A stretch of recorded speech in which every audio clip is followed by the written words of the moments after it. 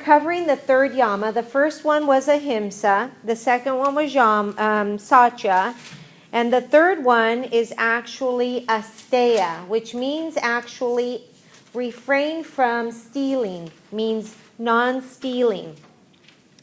Now I want to remind you that the three yamas and all of the yamas, there's 5 yamas in all, the 3 yamas build upon each other.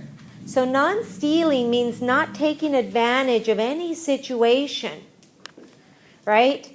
Because you want to always do unto others as you would have them do unto you. And they can be simple things, as simple as taking a set of pins or some sticky notes, and even from your job. Energetically, what happens to you is this. And you need to understand that your actions speak loudly to the universe. Let's say you're at a job at an office and they give you stickies to work at the office. Now truly, let me ask you the question. Do they give you the stickies so you can take them home? No, they give you the stickies so you can work at the office. Now, if you ask permission to take some stickies home, that's different.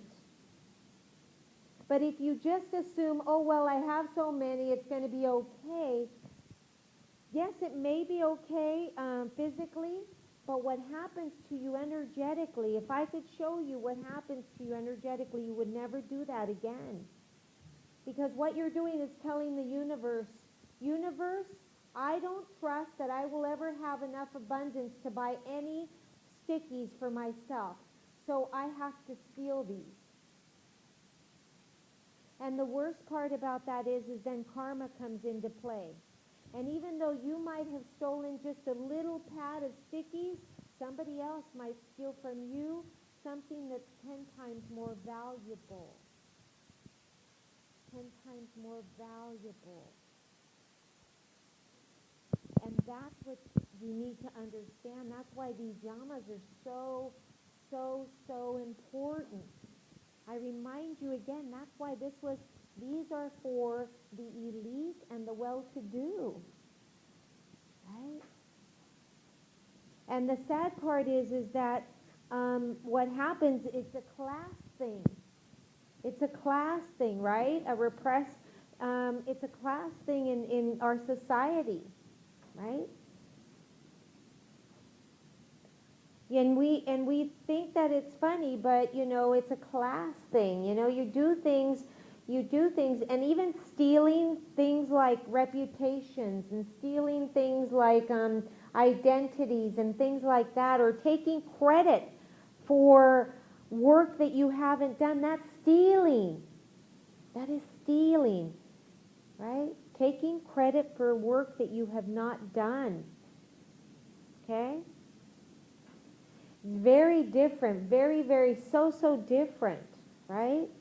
Sometimes you think that it's okay to copy your friend's paper, put your name on it, give it to the teacher, because why? Because you're lazy to do the work? But that's stealing. The thing about that is that what you're not realizing at that moment is that it's coming back to haunt you 10 times worse. Okay? Coming back to haunt you 10 times worse. And energetically, you're telling the universe, I don't have integrity, so put me with a whole bunch of other people that don't have integrity. That's what you're telling the universe. Put me in that group. You have to be careful because every action we take has a repercussion energetically and as well as karmically. So we have to be really careful. And we all know that as there's a stigma with being Hispanic, right? There is a joke that everybody talks about that's not Hispanic, and that's about this little boy goes and walking down you've heard this one, I believe. This little boy goes walking down the beach with his father, and they're carrying pails. And what they're going to do is they're walking down the beach, and they're going to collect crabs, right? They're going to collect crabs. vase. And the little boy and the father says, here, put it down right here as as they're walking through by the beach. He says, put it down right here. Put one of the pails down right here. And when the ocean wave comes, it'll come over that bucket and it'll fill it with crabs, right? And the little boy says, okay, Daddy. And he runs over and he puts it down. And the wave of the ocean comes in and it fills up the bucket. And the little boy starts screaming, runs toward the bucket. And he grabs the other bucket and he starts to put the bucket on top. And the father says, no, you don't need to worry. He goes, well, they'll crawl out, Dad. He says, no, we're on the American side of the beach here. They will not crawl out. They will stay where they are and help each other out, but they will stay where they are. So the little boy and the father go walking down a little bit further on the beach. This time they're on the Mexican side of the beach.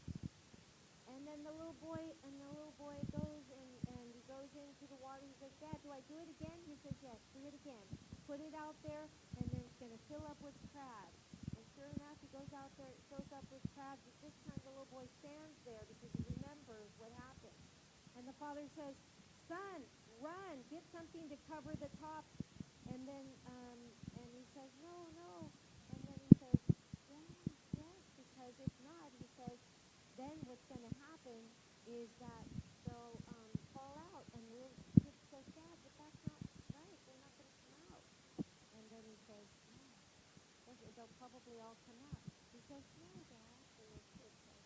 My friend said because they're Mexican, they will keep themselves down.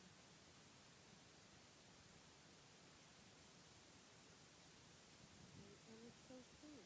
How many times don't we feel when somebody gets something, don't we feel a little jealousy rather than to be happy for them?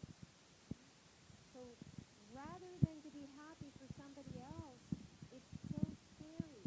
And and I'm such a storyteller. So if I told the story second again, sorry, right? If you heard it before, sorry, But the truth of the matter is that we have to be real careful that how we act has more value than what we can just see. Right?